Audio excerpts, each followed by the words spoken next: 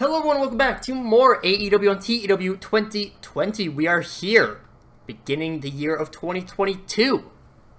Starting off with our episode of Dark, Maki Ito defeats Penelope Ford. That ends their feud. I just wasn't really going anywhere with that feud, and I want Maki, Abaddon, Penelope, and Vipers to do more. So, working through a few storyline changes. Don't worry about it. Brock Anderson defeats Michael Nakazawa. The newly named Wu10 Clan defeats Robert Martyr and QT Marshall. Excellent chemistry between the two veterans. And after the win, Cardona gets a mic handed to him, and he begins to speak, and he says, "Years ago, me and Sean were two of the most beloved people in the world. In the pro wrestling world, in the world in general. We were told that we had nothing for us, but yet we powered through, and we made ourselves the fan favorites. But once that time in the spotlight was on, once our 5 minutes of fame was over, you all abandoned us. Abandoned us."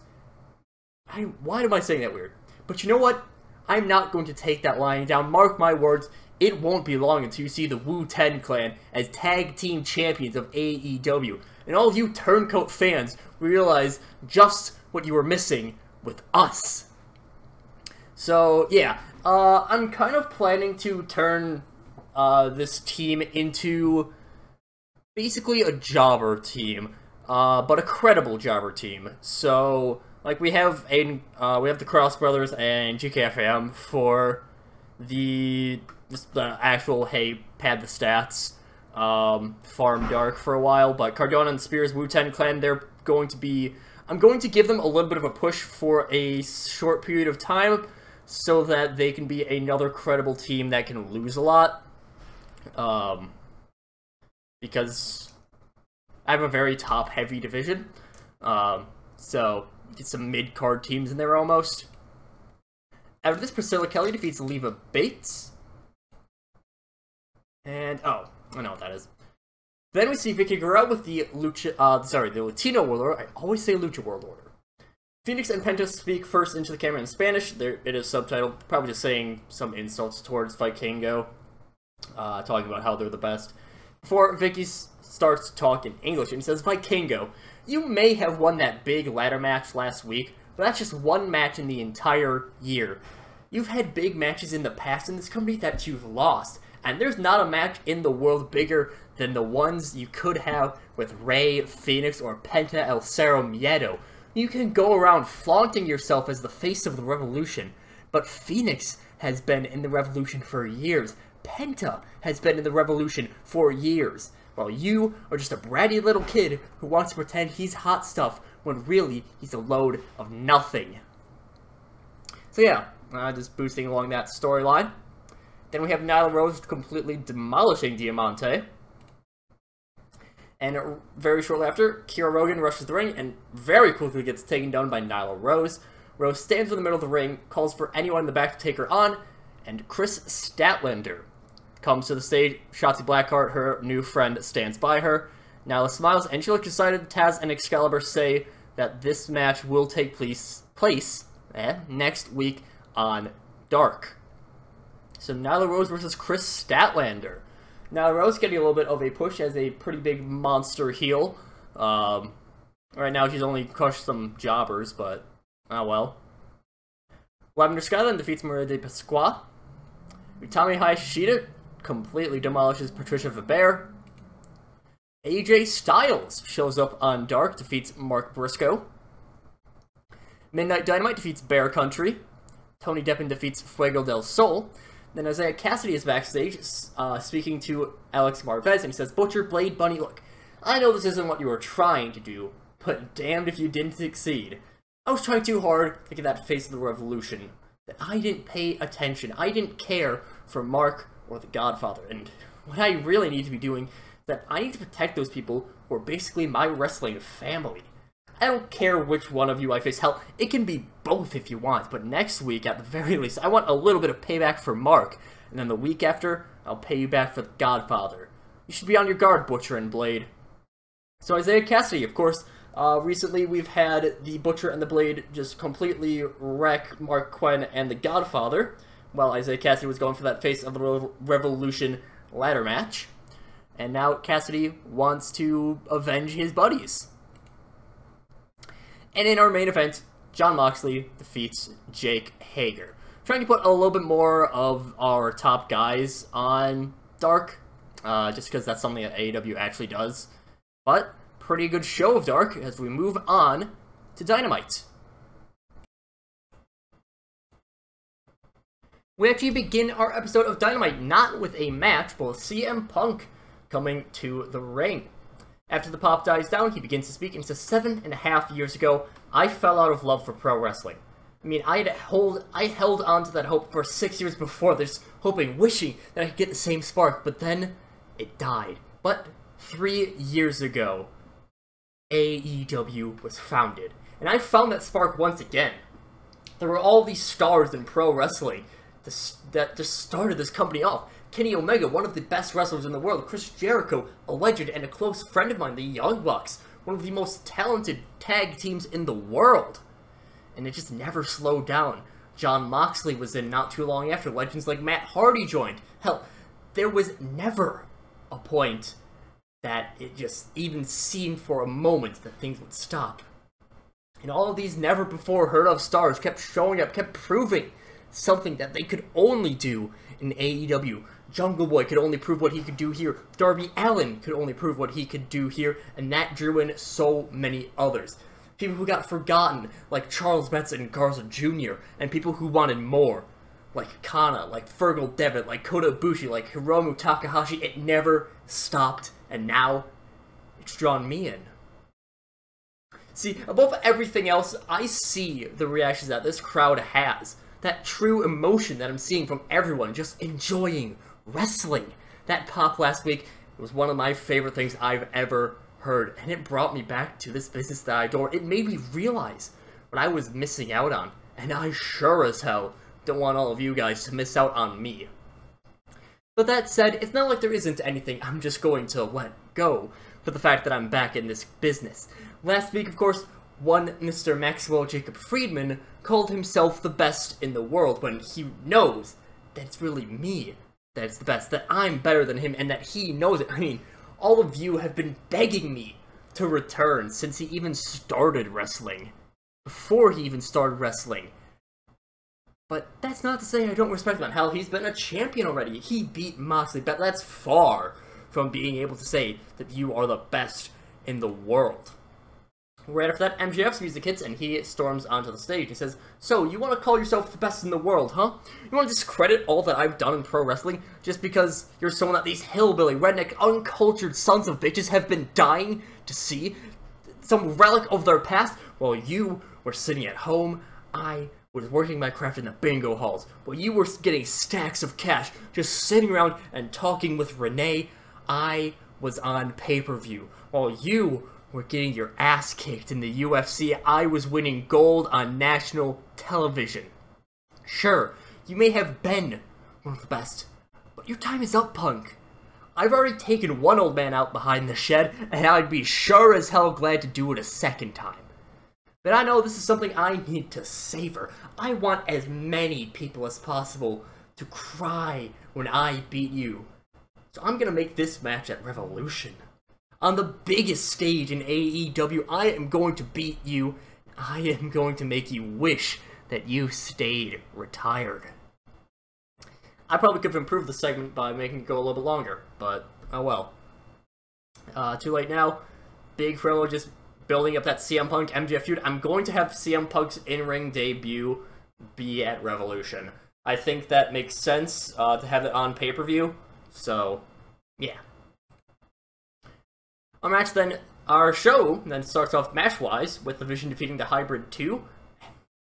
Good lord, I am in love with the performances of the Vision. 86 for Seidel, 83 for Lance. Our tag team division so good, but I need to get it less top-heavy. Jake Roberts is about to cut a promo when Brock Lesnar's music hits, and he and Heyman walk out onto the stage. And Heyman says, I'm not going to let you say anything, Jake. You know that the reason you don't have your tag titles right now is because you didn't listen. You're not going to just be given a spot for defying orders by the management. Now, I'm not going to play nice with you threatening me. If you want to, go ahead and be my guest. You can keep on challenging. Brock will be happy to take you on Lance, Matt. It doesn't matter which one. What matters is that Brock Lesnar will easily kick both of your asses and put you two back in your place. So yeah, Brock Lesnar versus Lance Archer versus Lance Archer, Matt Sydal. Who knows? I feel like those would be fun matches. Afterwards, Dustin Rhodes, we see interviewed by Renee Paquette, says that Dustin has some big news, and he says, I'm going to be honest with everyone. It's not a surprise, it's well known that Father Time isn't someone that can be beaten. Many have tried and many have failed. I've been in pro wrestling for 33 years. I've been through highs and lows. I've had dark points in my career and had the honor to work with so many greats, but it's time that I hang up the boots. It's time that I remove the face paint. Time that I start paving the way for young folks to get their shine like I could 33 years ago. But I'm not just gonna lie down and give up. Oh, hell no. I'm going on for one last rodeo. The next match that I lose will be my retirement match, and I'm not giving up until that day comes. Not until the clock strikes 12 in my career. I'm fighting, I'm bleeding for this business, and I'm gonna go out kicking and screaming if I need to. So anyone in the world can bring it on. Dustin Rhodes, he's going on his last rodeo. He's 53 years old at this point. You know, he's definitely on the decline. And he realizes that he needs to, he wants to go out with a bang, not with a whimper. So, he's going to keep fighting until he loses his next match. I won't have him wrestle on Dark. He is just going to be on Dynamite. Get a lot of, well, maybe a lot of wins. Who knows? I still haven't actually worked out who's going to be beating Dustin, but someone will eventually. After this, Ashley Flair defeats Killer Kelly. And then afterwards, Britt Baker's music hits and she comes to the stage. She has Cynthia Regal as backup and she says, now let's just hold the phone real quickly. I feel like I'm missing something because, Flair, you don't really deserve this title shot. I mean, so many people had better records than you in 2021 and you haven't really won any big matches, so why are you the starting #1 contender for 2022? Well, I suppose we just have to deal with it then. I don't really care what happens in your title match against Mayu, but you realize that I am going to prove that you don't need any damn royalty. You don't need any big name, some big lineage to be a great role model in pro wrestling like myself. Pretty weak promo in terms of my writing for it. I feel like I say this super often. It's been a while since I last recorded. This time it's actually true. I've taken a while to try to catch up on my uploads compared to recordings, because I am obviously in January right now in game. My uploads are only just getting to August at the time of recording this, so whoops. But Britt Baker challenging Ashley Flair after Flair's title match versus Mayu. After this, the best friends are all backstage when they're approached by Antonio Banks, who has Ricochet and the Acclaimed with him. It's just the people I was hoping to see. I'm not going to beat around the bush. All of you have had a pretty bad 2021. Hell, Cassidy hasn't wrestled since August. He was injured for most of that time. But even still, all 4 of you are money-making machines. I mean, the fans just eat up friendship like nothing else. You 4 are, well, you're the best friends. So how's about this? I can't really take you on as my personal clients. I do have a bit too much going on. Too many clients already. But I'd be glad to help you get further along that path to getting up to the top. I mean, Cassidy, you're TNT, no. World title material. Kylie Ray, you've been overlooked like hell in this women's division. Chucky and Trent, you guys are one of the smoothest tag teams I've ever seen. And everyone can tell that you have that chemistry. So, if you want, I'll talk to Heyman about getting you on Dynamite more often. And the best friends, they don't really take too long of deliberation before agreeing to this. I do need to use the best friends more. I have a lot of people that I need to really use more. I'm still not great at booking TEW. I'll just be honest. Honestly, like, no lie, this recorded series is the first series of TEW I have ever done. Not even just like, obviously it's the same for the recording, but I haven't even done any offline saves, so, you know, I don't know how to book. Trying to get more people involved. For 11 defeats Dragon Lee then. Dragon Lee, always good as a jobber. After the match, Bullet Club music plays, AJ walks out, he's flanked by the club, and he says, "Take it easy now, Fergie. I know you've got your backup at ringside. Fatu and the Lamberts aren't going to go down easily." But unfortunately, me and Carl did go down easily last week, but like hell am I going to let that slide? Me and you, we're some of the best wrestlers that the world has ever seen, and it'd be a shame if the world didn't get to see us in action one-on-one. I mean, sure, I lost in tag team action. Me and Carl haven't seen each other in a long time, and no offense to Carl, but Kenny Omega's a much better singles competitor than him. So eventually, we have to have a one-on-one match to have it. Battle of the Bullet Club. Founder versus the one who made it something real. You know what? I'll be ready whenever you are, Fergie. Mark my damn words. So yeah, Styles Devitt, they have had a match before in WWE. Didn't have the Bullet Club tag on it. Now it does. I don't know when I'll do that. I might save it for Revolution. I might do it as a main event of a Dynamite beforehand. Don't know yet. After this, Kana is preparing for her match backstage when Hams Katana shows up with Morgan Daniels and offers Kana a box of chocolates. And Hams asks, friends with Hams? Good wrestler, Kana. Kana just looks confused at the two of them. Before her music hits, she makes her way to the ring, and that leaves Morgan to console Hams, who really wanted to be Kana's friend. But they decide, hey, not gonna give up on this. They leave the box of chocolates in Kana's locker for her to pick up after her match, which is against Riho. That she wins. Good lord. Kana is amazing. After the match, Thunder Rosa quickly rushes to the ring, beats down more on Riho, and Kana just kind of watches for a while. She's just, she's amused by this. And eventually, especially when Vicky Guerrero starts getting involved as well. Of course, Thunder Rosa part of the LWO. But after a little while of beating, Kana gets up, she beats down Thunder Rosa, she leaves Vicky Guerrero alone because she's not one to take bumps. And then she thanks Thunder Rosa for taking out Riho even more. So, Kana just playing a little bit smart, letting some other rivalries take place, letting some other rivalries be the ones that affect her. Or something like that, I don't know. After this, Jon Moxley and Hangman Page were seen backstage together, and they're talking. Then Hangman, he gets to the point when the cameras start rolling, because obviously, you can tell that they've been talking for a while before this, but he says, "Look, John, you're the number 2 contender right now, and I know that I'm the number 1, but I still want to help Kenny with the whole Bullet Club thing. I'd be willing to let you take on Pac before Revolution if you help us out with the Bullet Club." Moxley, he agrees to this, and him and Eddie will help out and try to take down the Bullet Club.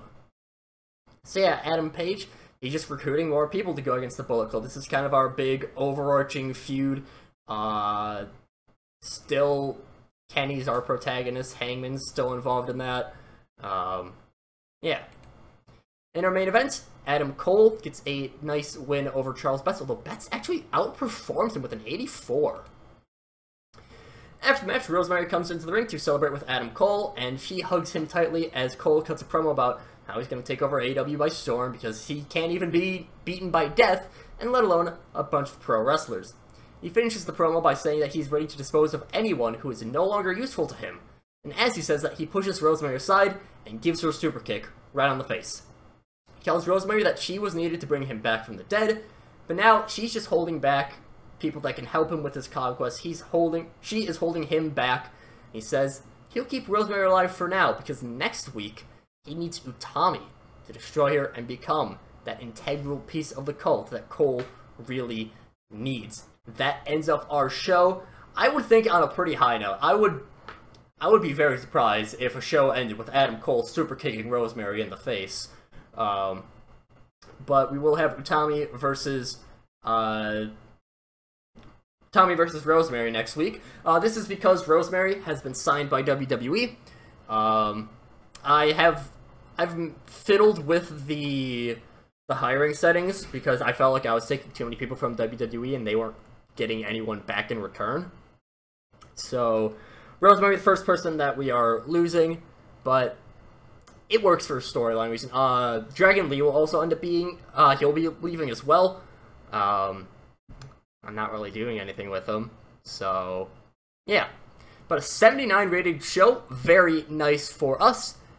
And that finished off the first show of 2022.